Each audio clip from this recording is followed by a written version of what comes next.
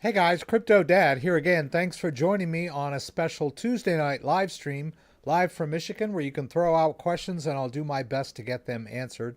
We'll talk about Bitcoin, we'll talk about the news, we'll talk about altcoins, going to move some crypto around for you guys. And as always, I'll do my best to get to your questions and see if we can't troubleshoot your problems here live. So thank you for joining me. I was just watching the market today and was getting text from Dan. We're in kind of a local meeting group. We meet once a month. It's an investors group. And Dan does a lot of group texts. And so the group text was pumping today, and just felt kind of excitement in the air. And so I came home and looked at the news and thought, hey, let's do a live stream. I usually start at 6, so I thought this might be a good time. Asia, the people over in Asia are just waking up, so we'll see if Asia pushes us higher or they decide to start selling right away. So we'll see. And also, I want to talk about scams more. I know you hear me harp about this, but I just had a nice, dear person who was emailing back and forth, and it looks like she had given up her seed phrase to someone that she thought was tech support. And so it just breaks my heart to see these crypto scams taking people's crypto. So I want to talk a little bit about the 24-word seed phrase and how vitally important it is that you do not ever give it out to anyone. And you get a lot of scammers will trick you into thinking they've directed you to a tech support website of some kind, and they'll fool you into thinking that you're actually saving your crypto. That's the grift, right? They tell you that they're helping you. They tell you that your crypto's at risk, and all you have to do is give up that seed phrase to secure your wallet. It's the oldest trick in the book as far as crypto grifts go, but people are falling for it. So I just want to, I did a standalone video on this last week. So I just want to reiterate that. But I don't have a whole bunch on the plate. I've got the main story. We'll talk about that. And then I'll talk about avoiding scams. And then I'm here for your questions. We can celebrate. I've got some filtered water here. We can celebrate together. And hopefully we'll get a new all-time high while we're sitting here. I don't know. It could happen, right? The market could bounce up again. So let's jump in. I want to thank everyone that's here tonight, right now. There's a few of you here. It's not as crowded as my Saturday stream because not everyone knows about this stream. I only did it about an hour ago. But let me get my cameras right here. Or I'm sorry, my screen. Which screen am I on? I want this screen, right? Yeah. I have 3 monitors. So sometimes when I jump into this scene, the wrong monitor is queued up. But that's okay. So let me just see who's here. Andreas, always good to have you. Looks like you were over in England. Welcome back to where you're from, which I believe is Germany. Just curious, you took that tunnel or did you fly your business helicopter? I don't know. And Simon is here. Thank you for being here. Marv is here. Job Work is here. Uses the Elipal Titan 2.0 thanks to me. Yes, I've done quite a few videos over the years. I wouldn't call it hundreds of different wallets, but I have posted thousands of videos, well over 1,000. And I've reviewed the Elipal line over the years and the Keystone 3 Pro, which are both air-gapped wallets. So, yeah, I appreciate that. I try to do tutorials that bring crypto custody into your home, your living room, your office, your computer room, wherever you may be watching my videos, if you're on your phones or whatever, so that you can learn step by step how to do crypto. I know some people feel that my videos are a tad slow, but it's always been my commitment to show every step. And there are a lot of people that appreciate that. So I'm just going to continue to do that. And Dr. Sauce is here. Wilshire 90250 is here. Celebration time, yeah. I have a Ledger Nano S and I'm unable to sync my accounts. I added Bitcoin account on Ledger Live on PC, but it is not showing up on my mobile app. Traditionally, the accounts do not sync automatically. In the recent past, basically you have to add the accounts to each device separately. And what that means on your mobile is you need to pair up the device. It's a Ledger Nano S, so it's not compatible with the mobile. But there is a way to export your accounts using a QR code to your mobile device. So I can go over that real quick. Dan is here. Good to have Dan here. Let me just do that one real quick. So if you, let's say we have an account in our Bitcoin. We have some Bitcoin in our desktop, and we would like to export that over to our phone. Well, we go to settings here, and we from settings we go to accounts. They don't even have it anymore because now they have Ledger Sync. So basically, Ledger Sync is a new service that they have that will allow you to export, but they still have the same interface. You can use this QR code on your phone. So, for example, trying to hang on this phone. I've got mine synced, so it's going to be kind of weird. But if you go into the, let's see, how do you do it here? I think we go into settings, and then, come on, settings. Yeah, and then go into general, and then Ledger Sync, and then I'm already synced up. So, but I think if we do it this way, yeah, it wants that camera code, right? Right, and then there's a sync code over there. I don't know what that's going to do to mine because I'm already synced. Yeah, it's just telling me they're already synced.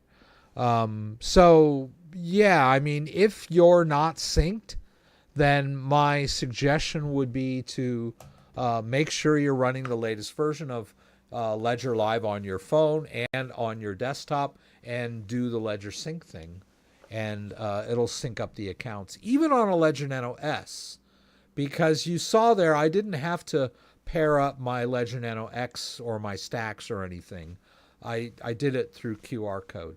So hopefully that'll work out for you. I'm pretty sure they support that, because the idea is that sync works on the stacks and flex to actually save the information on the device, but they included that QR code functionality for the older devices that don't have Bluetooth.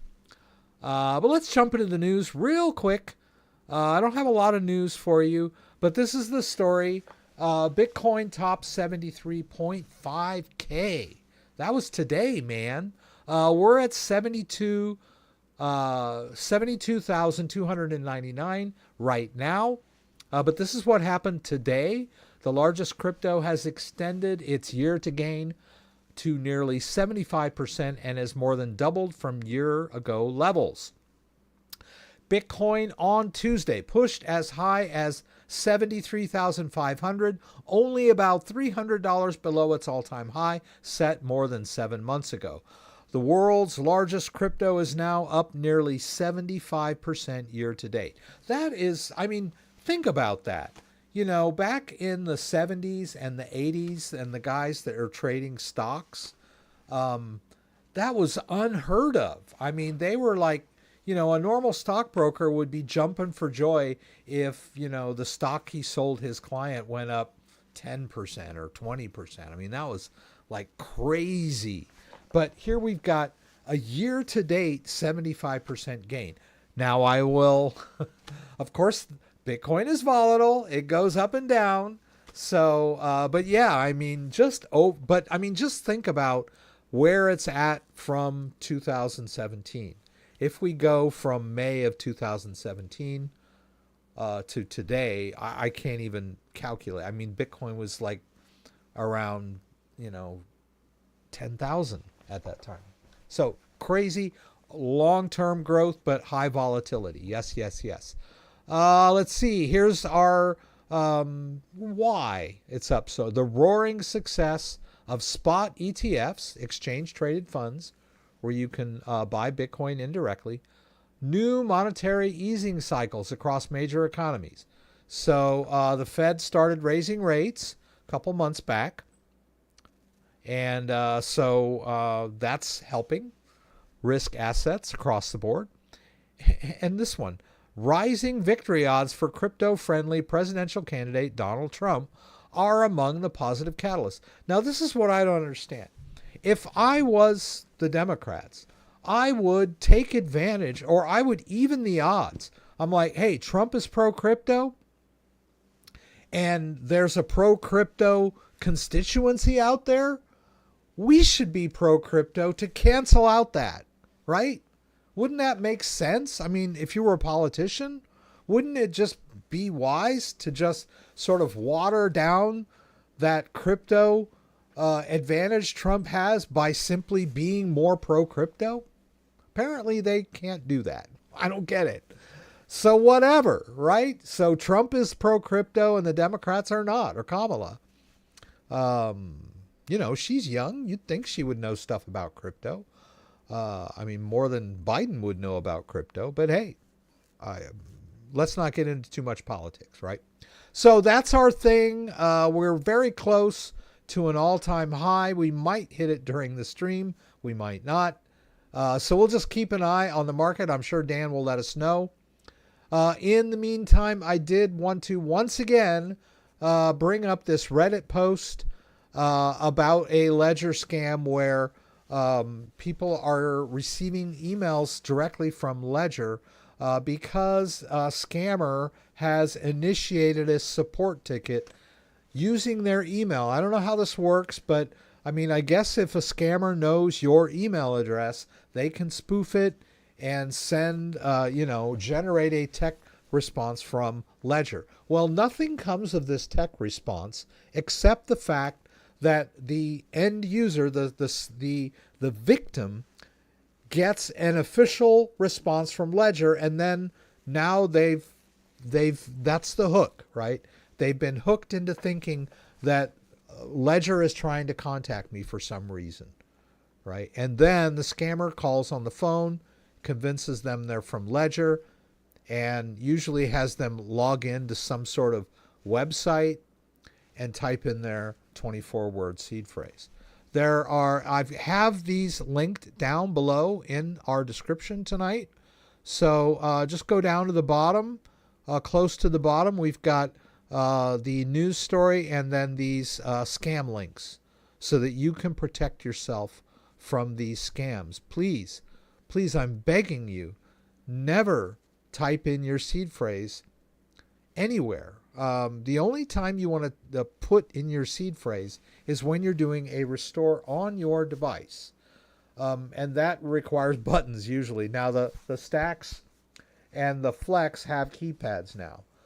It's okay to type them into your device using the keypad on your device. But please, never, you should, if you are somehow, someone is walking you through something and you are at a keyboard, a desktop keyboard or a laptop keyboard, and you are starting to type in your seed phrase into a web page or whatever, stop.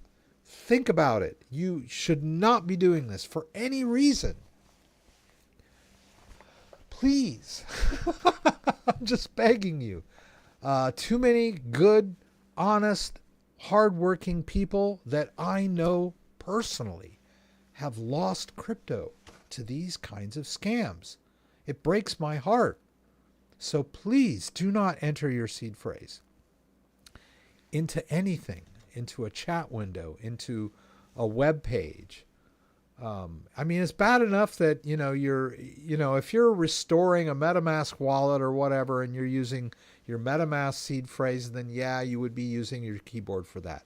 But for your hardware devices, you should never be putting your seed phrase in to a computer if you have a hardware device with a seed phrase. Yeah.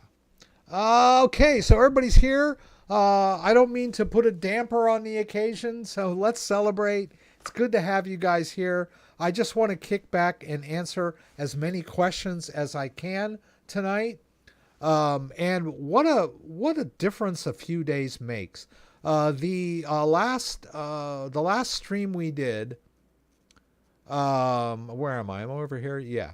The last stream we did, on Saturday, we were decrying the fact that, Tether FUD had, affected the market, and we were at 66.8.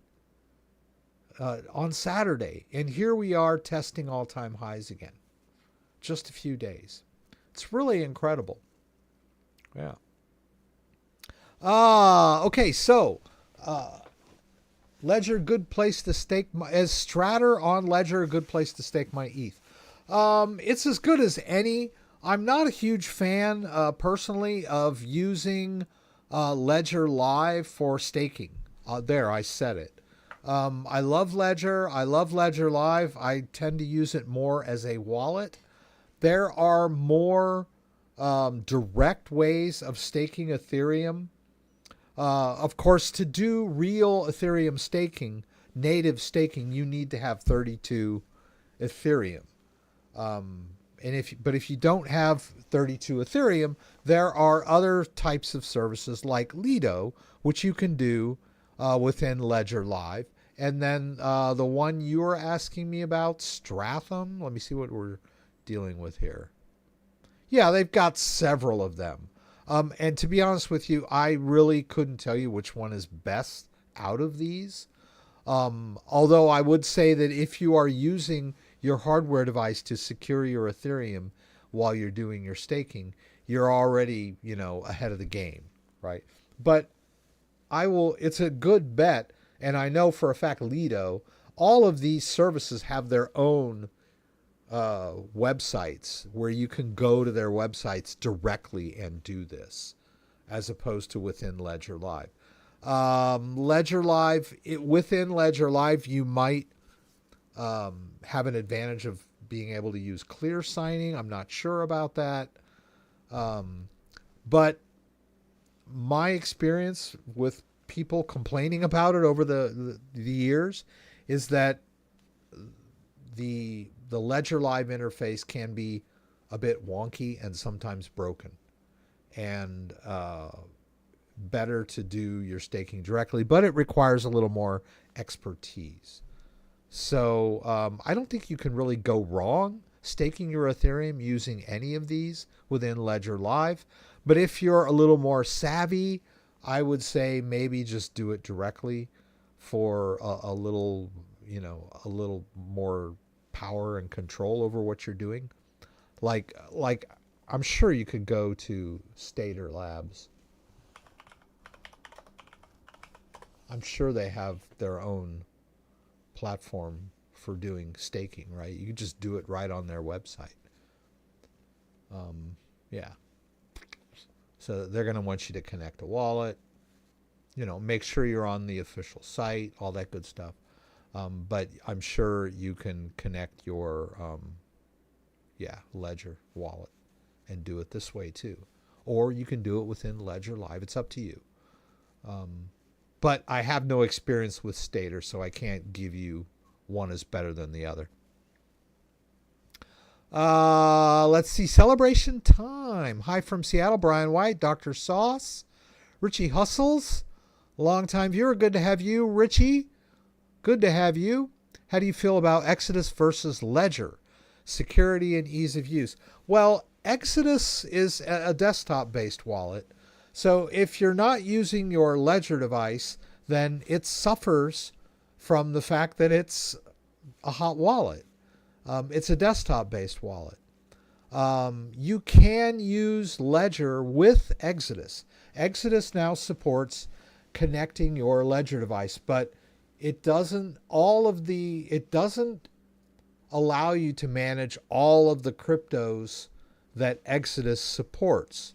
So basically when you connect your Ledger, I don't have Exodus installed right now, so all I can do is tell you this. Oops.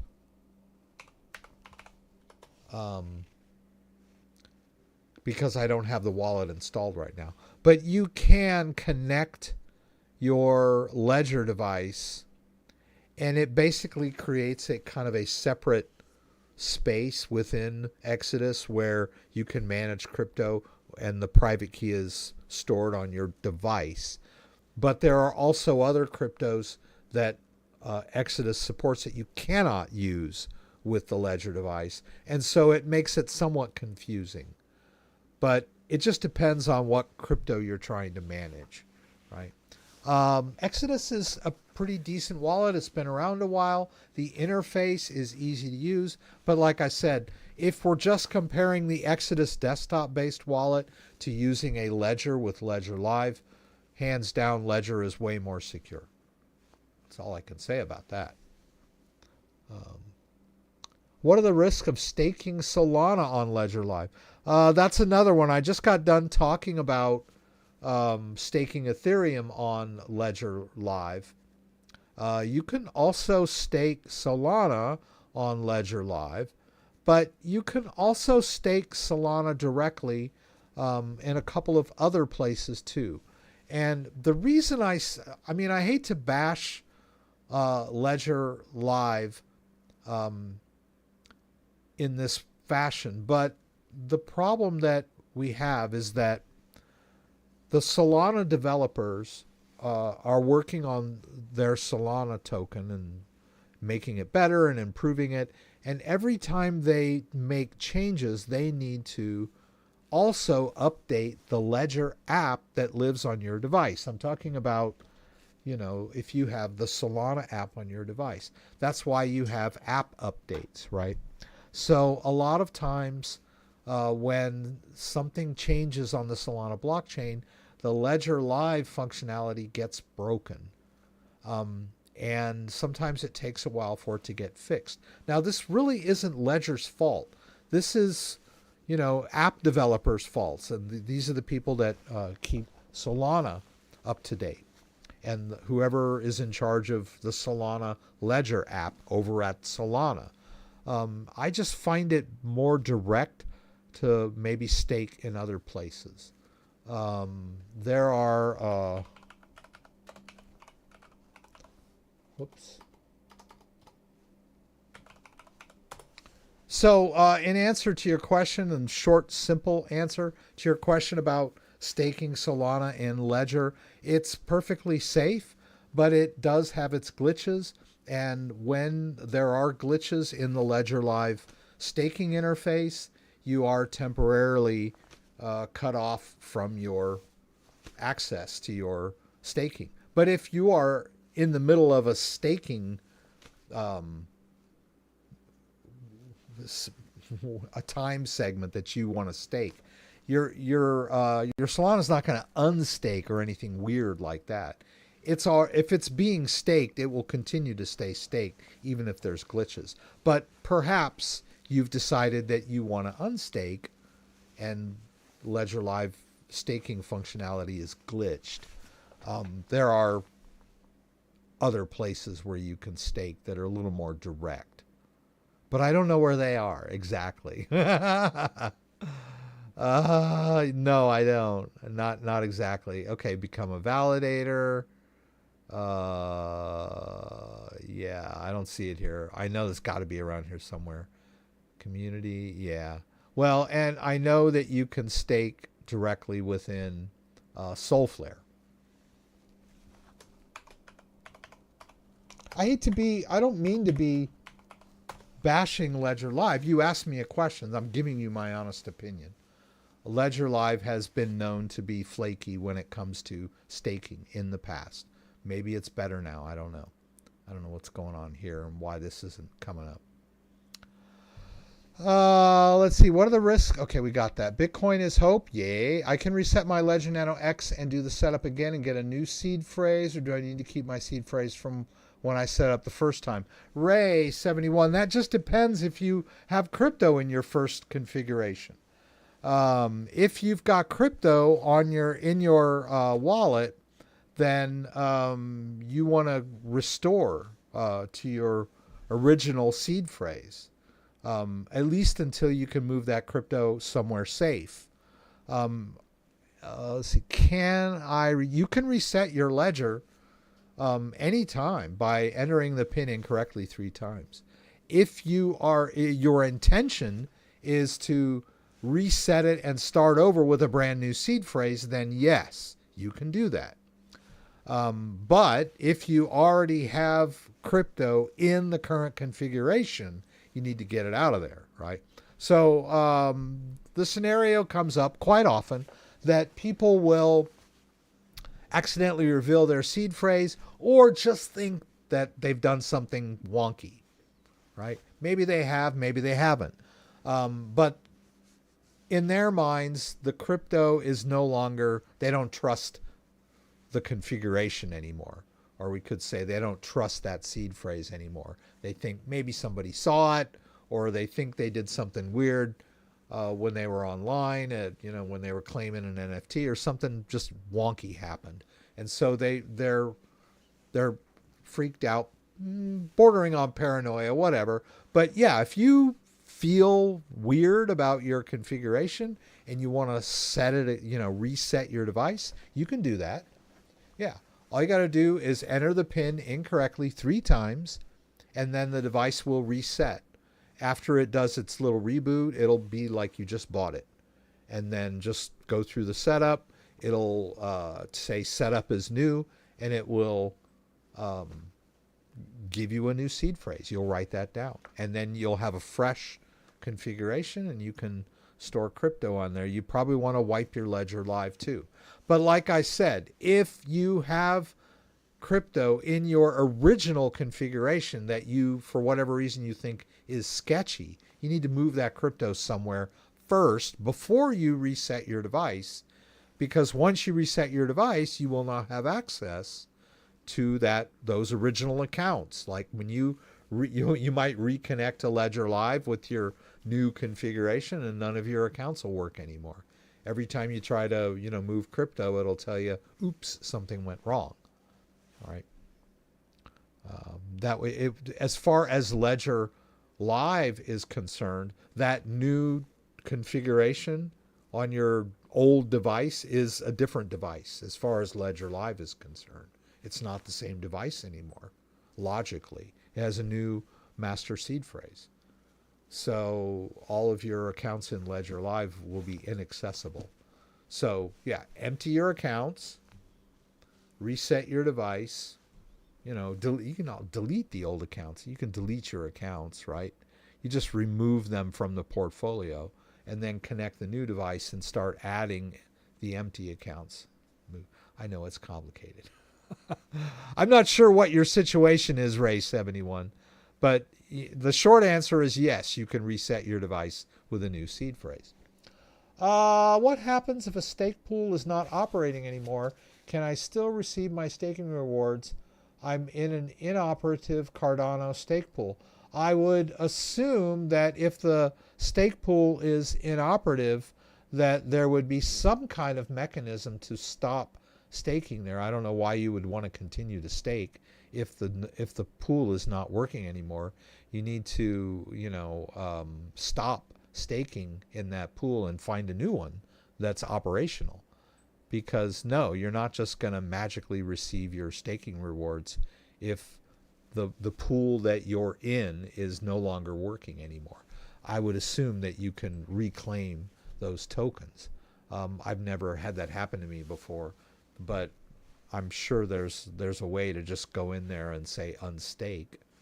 I would think that they wouldn't just like fall off the face of the earth. But yeah, you need to unstake from that pool and get a new pool. The nice thing about Cardano staking is it's instantaneous. There's no unbonding period. So within minutes, you could unstake in that pool and find another validator, another pool. Hello, everyone. Is the best to find a video that you're posted for a specific problem? In other words, you have an index of sorts. I don't really, but there are two ways that you could find. Dr. Sauce, thank you so much for that donation. I appreciate it. There are two ways that you could search for a video subject matter. One of those would be to just go to the home page, which I guess you could do. Where are we here? Oh, I'm not looking at any particular video. Let's see here. Oh, my channels, yeah. So if, any of my videos, down at the bottom, there's like a little icon that takes you to my homepage. This is the homepage here. And there's a search bar here, or a search magnifying glass. This will allow you to search across my channel. So for you could say Ledger Recover. And then you would see all the videos that I've done that, are dealing with the ledger and have recover in there. You could, an easier way to search for anything on my channel would be to just do a Google search. Just go CryptoDad and then type like Keystone. And, the Keystone Pro 3 video that I did will probably be at the top of the list, right? Or, there's a couple of them. So, or, CryptoDad Restore. Like if you're thinking, I want to know, I'm sure I have a lot of videos that I've done on doing restores over the years, right? For different types of wallets.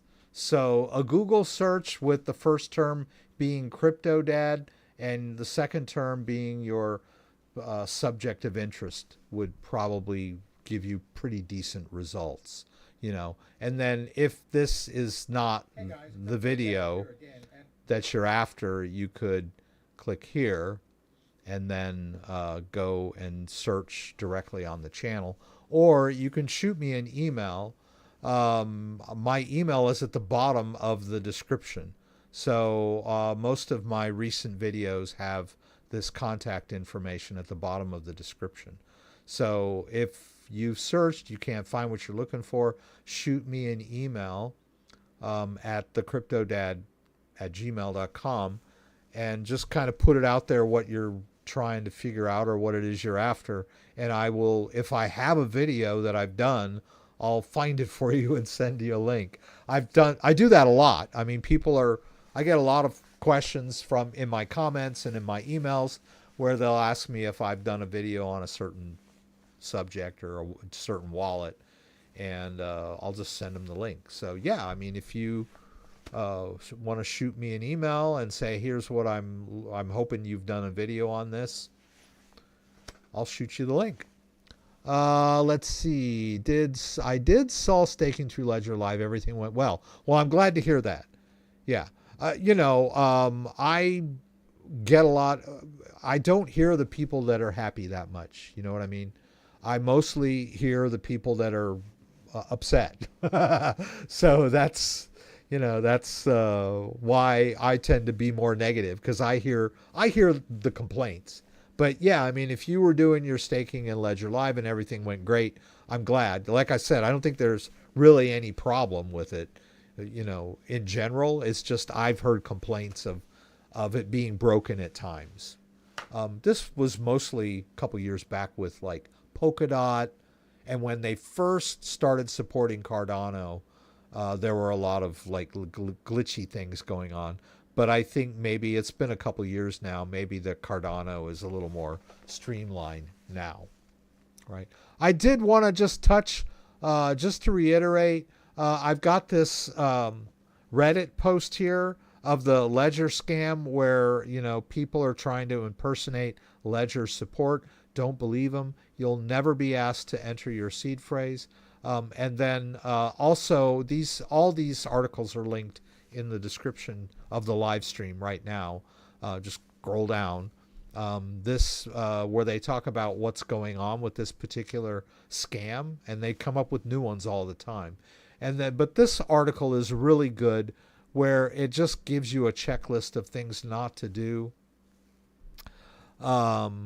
This one, ensure your 24-word recovery phrase is obtained from your Ledger device's screen during the initial setup. Your recovery words do not come in the box. The set of recovery sheets included in the box should be blank. Now, I've heard tall tales of people configuring Ledger devices with a seed phrase and then somehow sending them out into the distribution chain or selling them to people on eBay. I've heard these tales, but I think this is a very, very rare occurrence that you would receive a Ledger device with a pre-done seed phrase. I don't think people are doing that scam anymore. Maybe in the early days people tried that kind of stuff. But, I mean, obviously, if there's a seed phrase in your box, don't use it, right? They're gonna... The attacker will have a seed phrase, and be able to drain your wallet as soon as you put anything in there. But if it's a genuine Ledger device, all you have to do is reset it and you're good to go. Write down a new seed phrase, and then the attacker has no access to that new seed phrase. If you reset a Ledger device, and we had an earlier question about, can I reset my device? Yes, you can. If you think your device is compromised, someone knows your seed phrase, someone has access to your device in any way or form, resetting the device with a new seed phrase will totally block them out from the device. There's no way that the device remembers previous seed phrases. They're gone, right? When the device gets wiped, the new seed phrase is completely independent of the old seed phrase. So if you have a compromised device, you can wipe it clean. Just get whatever crypto you can get out of there, get it out, put it somewhere safe, wipe your device, and then it's pristine again. And this time, don't do anything sketchy and don't reveal your phrase. This don't take a picture of your phrase.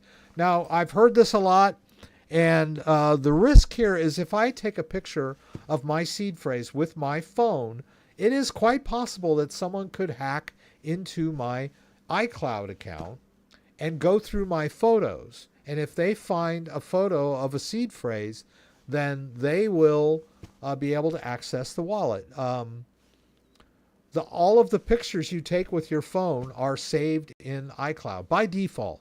I mean, if you're like, you don't connect to iCloud with your iPhone, then maybe it's okay. But I mean, it's really, it would be kind of sad to use an iPhone without connecting to iCloud. That's one of the features that makes the iPhone useful, is like your iCloud photos are saved in the cloud along with all of your important information. So don't take pictures of your seed phrase, right? It's not really a great idea to put your seed phrase in your password manager, right? Someone else might sit down and you have your computer open, it's a thin attack surface, but it is an attack surface, right? So they give real great advice. Don't scramble. I've heard this people, I've got this great scheme. I switched the last and the first word and the fourth and the sixth word, and then, no one will ever be able to get my seed phrase, including you. 10 years later, 5 years later, or 1 year later, you go back and you don't remember what you did. And now you have a useless, scrambled seed phrase, right? And then some people were asking me in the comments today about bringing in seed phrases. Like don't use your 24-word seed phrase in MetaMask. This just wipes out all of the hardware security of your device by putting your seed phrase in MetaMask. Now your seed phrase, your private key is exposed to your computer. MetaMask saves your private key on your computer.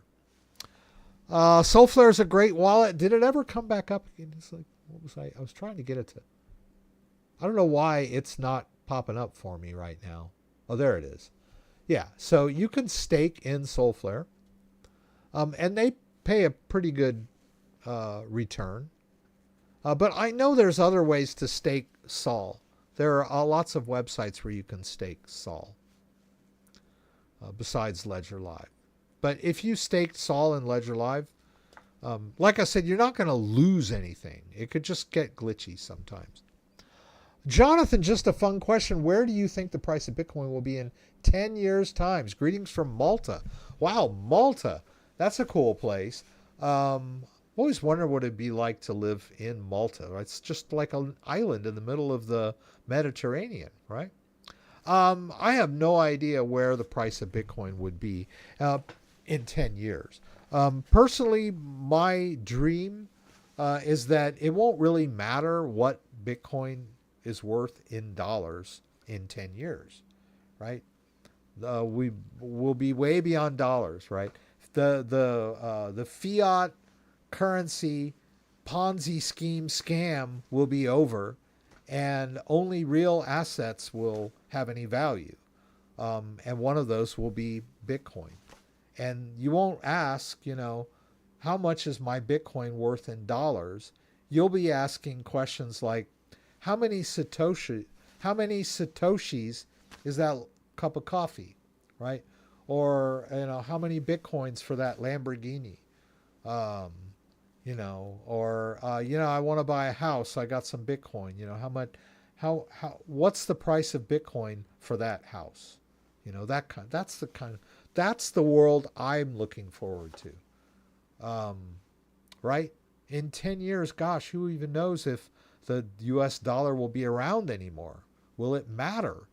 And should I say, what's the price of Bitcoin in euros? Well, I don't know. Or yuan. Yuan? Rubles? Shekels? Yeah, I'm hoping that it won't matter.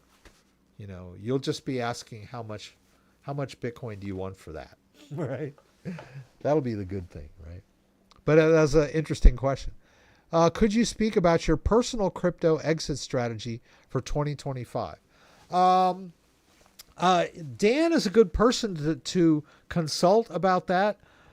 Dan was talking about the fact that if you plan things correctly, you can sell percentages of your Bitcoin over time and still hold Bitcoin.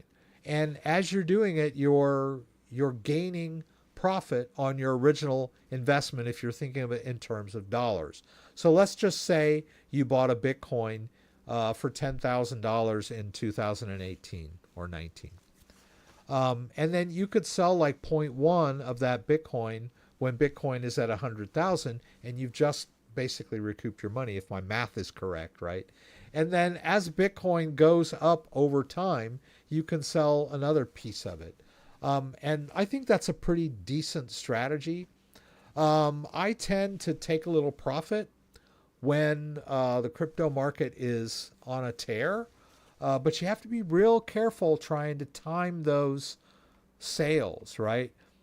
If you could, without fail, sell when an asset is high and only buy when at its lowest point, then there wouldn't really be a market, right, if you could time that. The market is unpredictable. That's what makes it a market. So trying to time your buys and sells could be problematic, right? As far as Dan might mention, you should have a plan, right? If you say, I'm going to sell 0.1 Bitcoin, I have 1 Bitcoin, I'm going to sell 0.1 Bitcoin when Bitcoin hits 100,000, and you do it, then that's your plan, right? And then when Bitcoin hits 100,000, you sell that 0.1 Bitcoin. No questions asked. The problem comes in when you get to that point when Bitcoin hits 100,000, and then you start second guessing yourself and saying stuff like, oh, maybe I should wait till Bitcoin goes higher. It looks like it's on a tear. And then all of a sudden it yanks back, to 90,000 and you're mad, right? Or, it continues to go up and then you still don't know when to buy. So you have to set that plan and say, I'm definitely going to do this when it hits this price, and follow through instead of second guessing yourself, because you might get lucky trying to second guess yourself. Most likely you won't, right? So have a plan. But I don't know, what my exit strategy would be. I like to hold as much Bitcoin as I can. I've got some altcoins that I would sell if they hit certain levels, but I'm the type of person that doesn't like to sell all of my crypto, no matter what, if I can avoid it, right? Unless I need the money for something. Then it's time to exit, right? So Dan is here. Would you recommend Ledger Nano X for my first cold wallet? Just looking into store simple things like Bitcoin, ETH, XRP, and Sol. So the question is, for my first wallet, should I buy a Ledger Nano X or not? I am tending to recommend the Flex for a first-time user, just because it's so easy to use. Now, you may think, hey, I'm shilling or whatever, or I'm trying to up my sales. You don't have to use my link to buy your wallet, right? Go buy your wallet wherever you think is the best place to buy your wallet. But your question is, should I buy the Ledger? Do you think I should buy the Ledger Nano X? I've used the Ledger Nano X for many years. I am very comfortable with it. But I have dealt with many people over the years who are very confused with the interface of the Ledger Nano X. It's just not clear. Like going into the settings is difficult because you only have these two buttons with no touch screen or no keypad. You've just got like this menu interface with these two buttons. It's crude in a way. If you're tech oriented and you're willing to do the learning curve and learn how to use the device, great. But my recommendation for a first-time user would be spend that extra $100 on a Flex, because it has a keypad. Like that e-ink display, when you're putting in text and numbers, a keypad will pop up like on your phone. It's smaller than your phone, but much easier to use than a Ledger Nano X. And people are always saying stuff like, doesn't it do the same thing? Isn't it the same security? Yes, it is. It is. But the interface is the top consideration when it comes to self-custody adoption. I hate to say it, but we live in a society that is geared towards convenience. And most of the people that are in their 20s and their 30s grew up using screens, touch screens of some kind, whether it's a phone or a tablet, or whatever. There's some older tablets or whatever. But this is a tablet interface. It's more what you're used to. It's clearer. It's easier to wrap your head around than the Ledger Nano X. But security-wise, the Ledger Nano X is just as good. It has a little more app storage, but you said you're only going to have a few cryptos anyway. So the app storage doesn't really come into your decision. And if you're technically oriented and you don't mind a few months or weeks of getting to know the device, then the Ledger Nano X is a fine crypto hardware wallet. All right. The problem is that most people will load the device with crypto and then stick it in a drawer and never use it again. And then when they need to use it, they're unfamiliar with it. They don't know. It's scary. Like oh my God, Bitcoin just hit 100,000. I want to sell some Bitcoin. And where did I put that thing? And then they go and they pull it out of the drawer and then they open it up and it needs to be updated, and they forget how they use it because it's unfamiliar with what they normally use, right? Whereas the Ledger Flex or the Stacks, whatever, the Stacks is a higher end. The Ledger Stacks would be something you stick that in a drawer for half a year or a year, and you pull that thing out, you'll remember how to use it because it's an intuitive interface, right? That's the beauty of the Stacks and the Flex. And as far as good interface, if you know, I don't want to muddy the issue, but if you decide you want to go with a Trezor Safe 5, they have a much improved interface than their previous models, right? The Trezor Safe 5 has a great touch interface with, a color touch screen with haptic feedback. So it also is a contender in that. This is the new generation of hardware wallets, an improved interface. I've got the Flex Bitcoin color. I'm very happy with it. I had a Ledger Nano X, and it's well worth the upgrade, says Jonathan. I agree, totally. Wester, Dan, Dan, where are we? Where are we with Bitcoin? I haven't even moved any crypto tonight. Oh, okay, yeah, we're back close up to 73. I was kind of hoping maybe they would, whatever. So yeah, I don't know. You know what? We can move some crypto. Let's do the thing I was going to do on Saturday. I've got, let's go to Kraken here. And I'll show you also that the Ledger Stacks has that additional functionality of being able to be a passkey.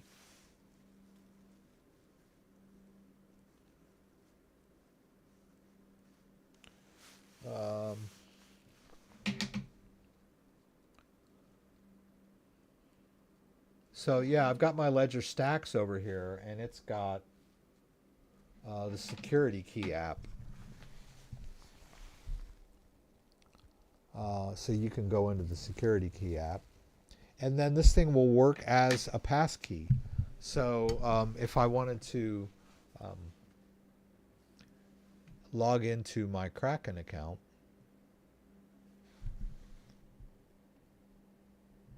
and I say use passkey and then security key.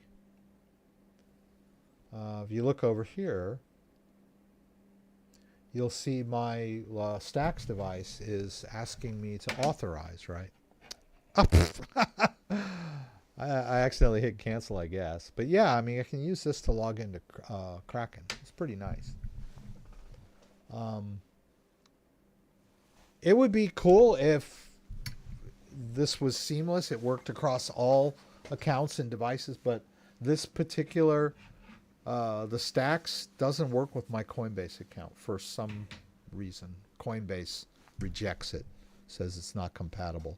So I'm sure they'll iron that stuff out over time, but I like that functionality. So let's say we want to deposit some Tether here, and I have some Tether in Tron based format. So we'll just kind of play around with this a little bit. You've seen me do this many times. I have my Tangem wallet here, and the Tangem wallet has some Tether in it, Tron based Tether. So I would like to transfer this into my Kraken account. Now, I could, if I go into the Tether account, I can swap for Bitcoin. If, let's say, I wanted to swap it all. The problem that I have is that it uses Changely, which I'm not a huge fan of Changely. And it's still going to cost me like $4, $4.50 worth of Tron as a fee. And Changely might have their own trading fee that I'm not going to get the best deal on that Bitcoin if I use Changely. And it does not happen right in the wallet. A lot of people are confused about this. They think that when they swap something in their Tangem wallet or on Ledger Live that they're actually swapping crypto right on their wallet. It doesn't work like that. Your wallet cannot just magically conjure up Bitcoin that is not on there, right? The only way to do a real swap is it has to go out somewhere else to an exchange like Changely that has Bitcoin, right? And then Changely will do the swap and send the Bitcoin back to your wallet. It's kind of seamless. It feels like you're doing it on your wallet, but you're not. So instead of doing the swap on my Tangem wallet, I'm just going to send that. And I'm going to tap this little QR code icon and scan that deposit address from Kraken. I'll hit next, and then I'll say I want to send it all. And they're going to charge me a bunch of Tron for this. I don't know why they charge me so much Tron. So it's the same amount of Tron, right? So I'm going to hit send, and then I'll hold the card up to the back of my phone. And the private key is stored on this card. I love Tangem. It's a great, wonderful wallet. It's easy to use, great for beginners and experts alike. The one drawback is that it has no screen readout, right?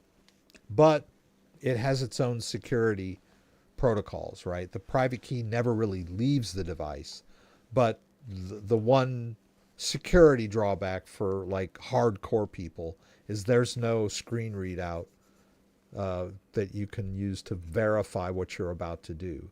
You kind of have to trust the app. But the app is very secure. And this is a wonderful wallet for newcomers. I love Tangem. All right, so I sent the Tether to my Kraken account. And then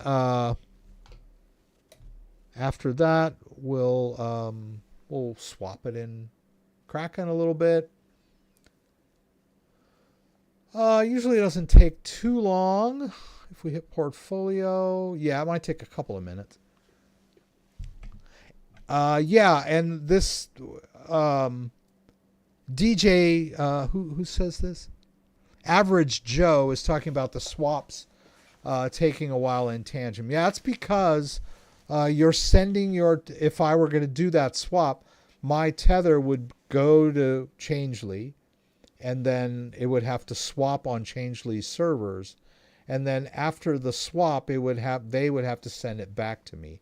So there's a few bottlenecks there that would cause this to take a bit of time. Not a whole lot. Maybe, I don't know, 5 or 10 minutes at the most. It could be longer, but usually it's, around 5 minutes to do a swap, or less sometimes. But I prefer like centralized exchanges. Now, Changely is a centralized exchange, but it's one of those exchanges that I don't have to log into it. Steve O Slots, thanks for the subscription. I appreciate that. So I don't have like an account with Changely. So if something were to go wrong, if there were a glitch, or if for whatever reason they flagged the trade and they thought it was AML, anti-money laundering flag or something like that, it would be a big problem to try to get my crypto back from Changely. Unfortunately, they will take your crypto and then throw a flag.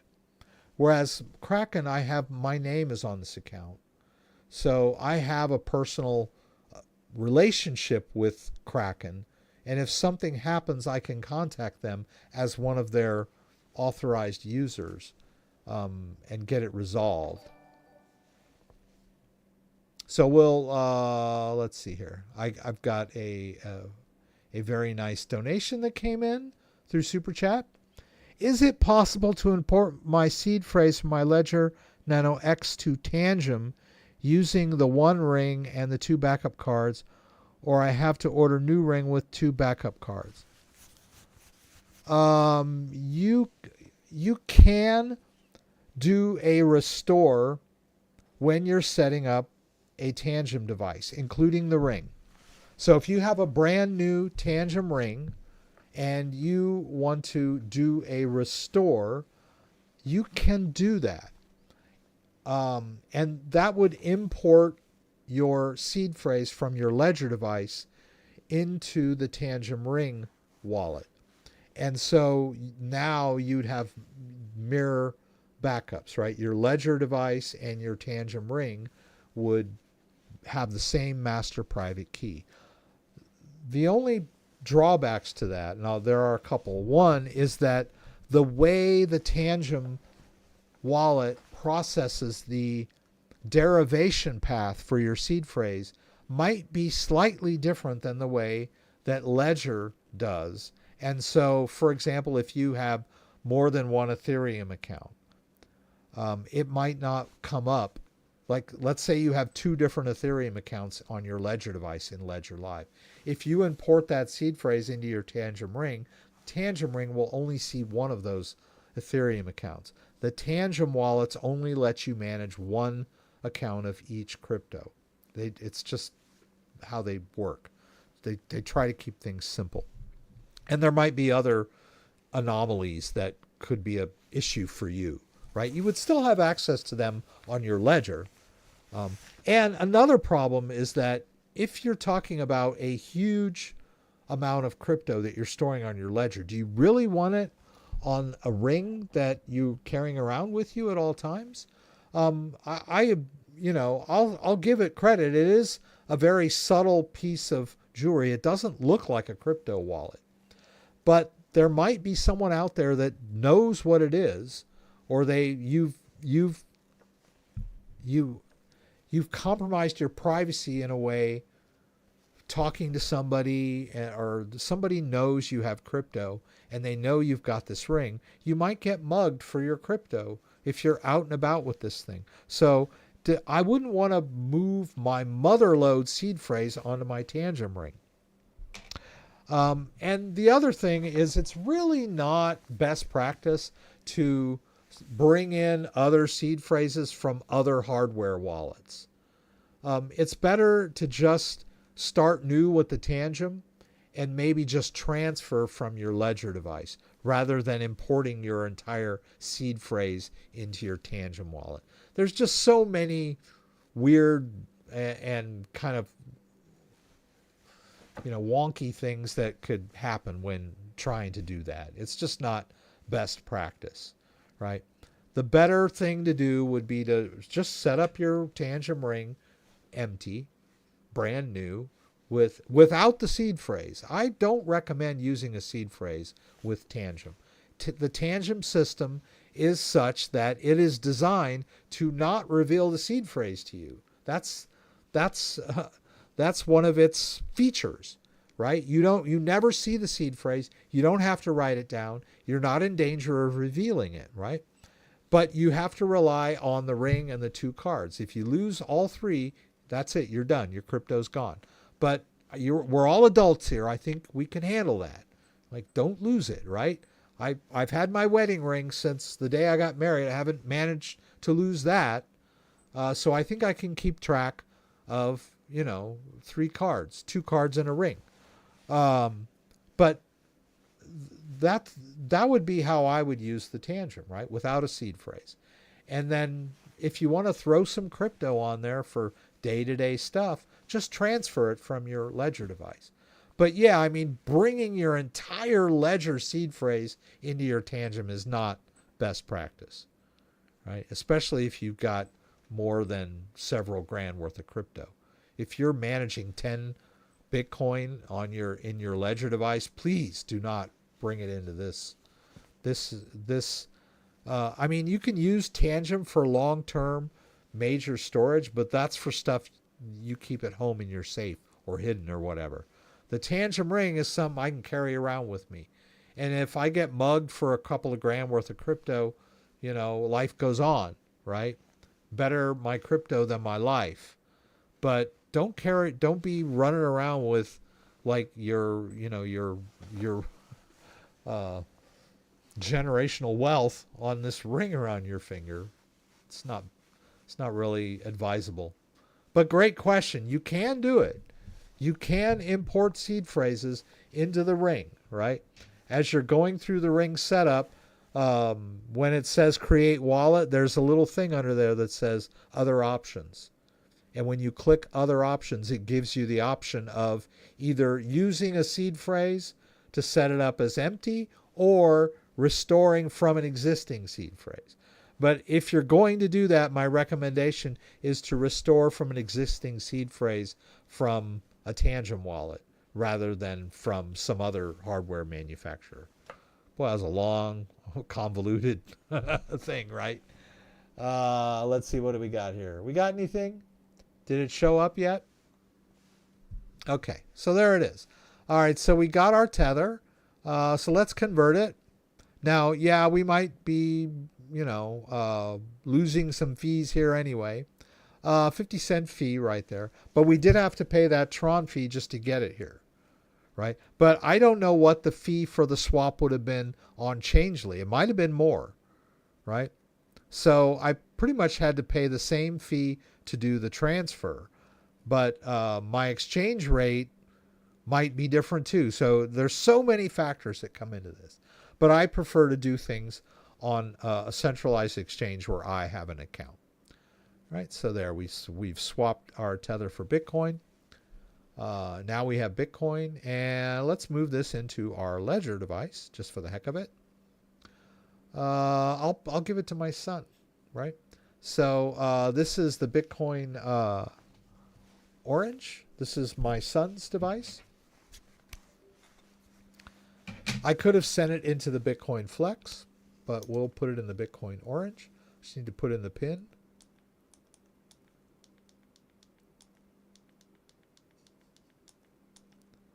All right, I've opened up the device, and let me. This is kind of funky. I'm just going to move this guy in. It's just I got to do this too. Okay. Oop-a-doop-a-doo. There's my face.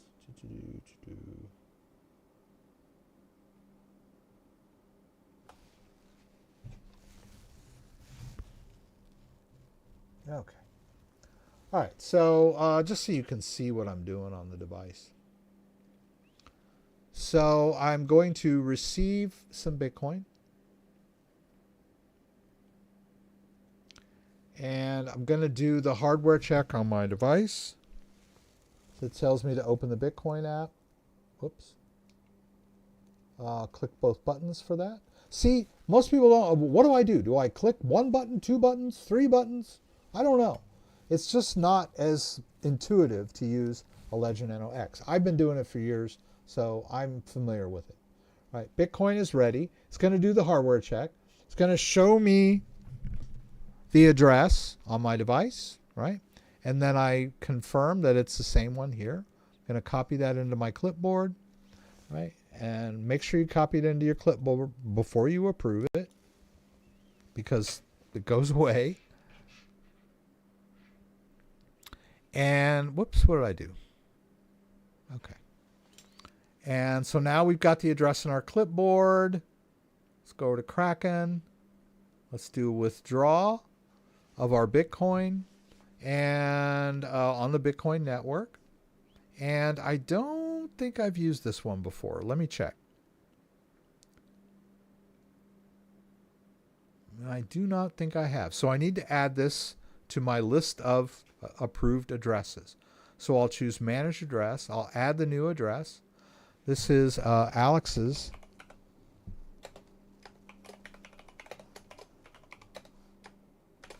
Right, just so I know what it is. And then the address is here. And then I need to approve this with an email.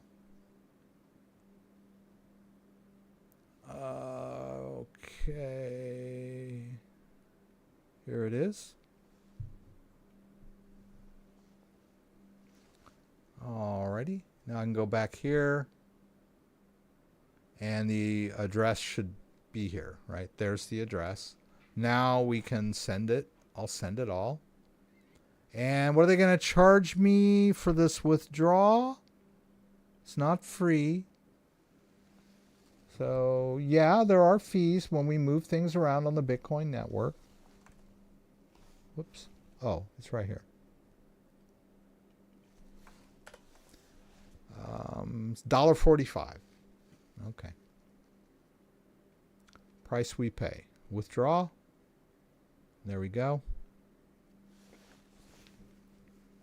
And off it goes. Off with successful.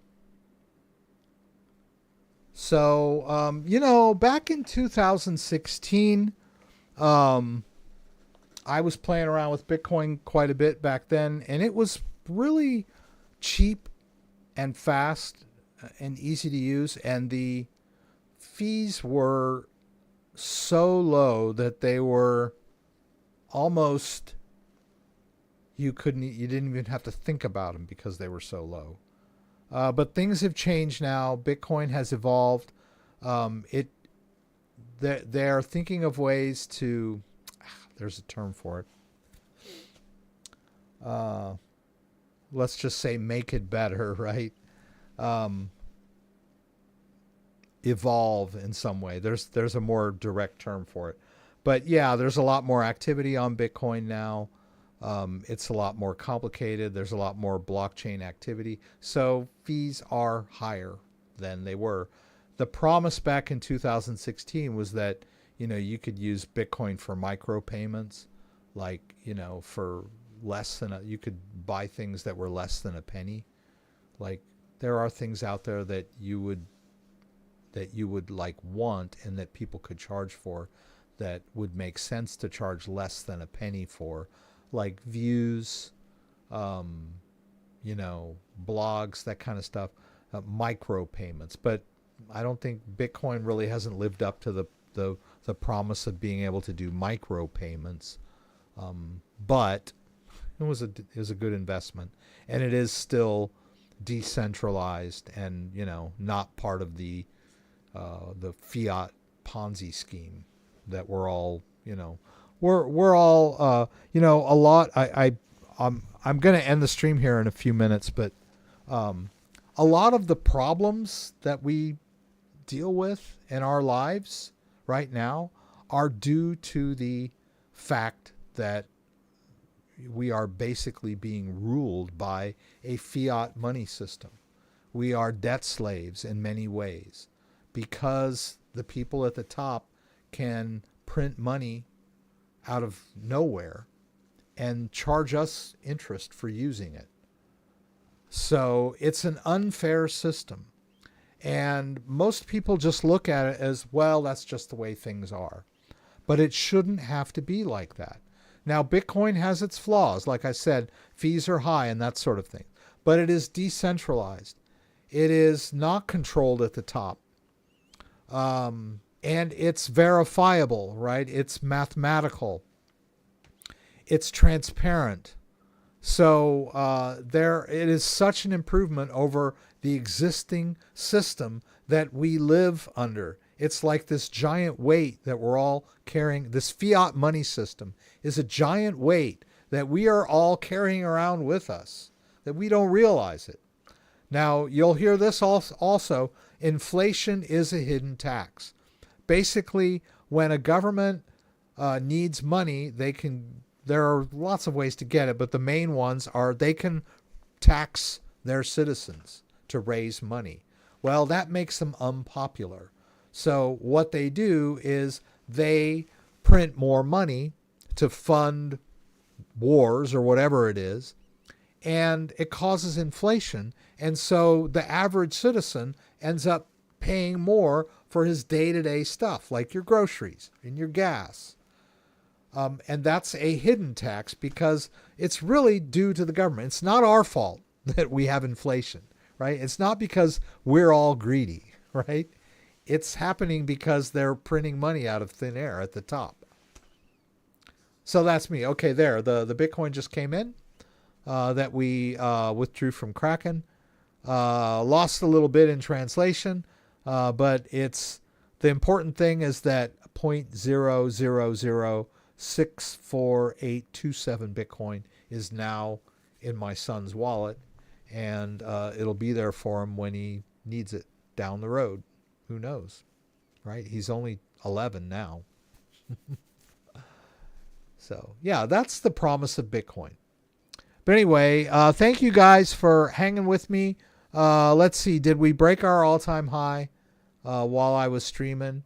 No, but maybe tomorrow morning we'll wake up and we'll have hit that all-time high. Or, and tomorrow, the next day. Could happen, right? It almost happened today. So I just want to thank everybody for being here with me. I didn't see Kenny. Oh, Kenny did come in. Oh, good. Kenny came in at the end, but that's okay. It was my fault. I should have said something earlier when he emailed me. Actually, I wasn't even thinking about doing this until around 3 or 3:30. And I posted it. I think I got it posted around 4:30. So yeah, it was short notice. But I just wanted to, celebrate together with you guys. It's still an awesome day with Bitcoin breaking 73. And we're just at, 72.5 right now. So once again, thank you everyone for being here. Thanks, Dan, for jumping in and doing moderation. Thank you, Dr. Sauce, for that generous donation. Thank you, Man versus Machine, for your generous donation. I hope I covered all of the niceties that you were curious about with importing seed phrases. I think I may have a video. Let me just throw that in there. Well, actually, I couldn't find it right now. But I think I did. Maybe I did a video on doing a restore on a Tangem. Let's just check real quick here.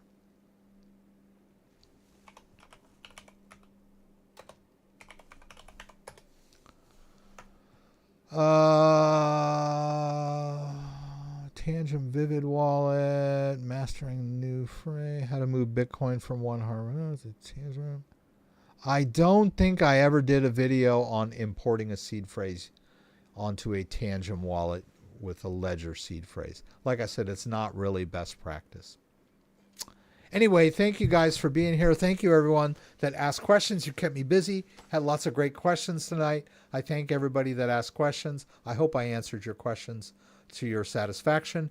If you have additional questions, please shoot me an email. It's in the description down below. Just check it out. thecryptodad@gmail.com. Shoot me an email if you have a question, or if you're wondering if I have a video on a subject that you're interested in. My memory's still in there, so sometimes if the question might be about a video, I could probably find it quicker than you could. So I'll find it and shoot you a link. So once again, if you enjoyed the video, please give me a thumbs up. If you'd like to subscribe to the channel, I would appreciate it. Please join me Saturday, 6 p.m. Eastern Standard Time, every week for the Saturday night live stream from Michigan, where you can throw out questions, and I'll do my best to get them answered. Keep an eye on the channel. I'm trying to post videos, trying to keep current. So keep an eye on the channel because I should have some pretty interesting videos for you guys. Once again, thanks for joining me, and hope to see you guys again soon. And have a great night, and hang on.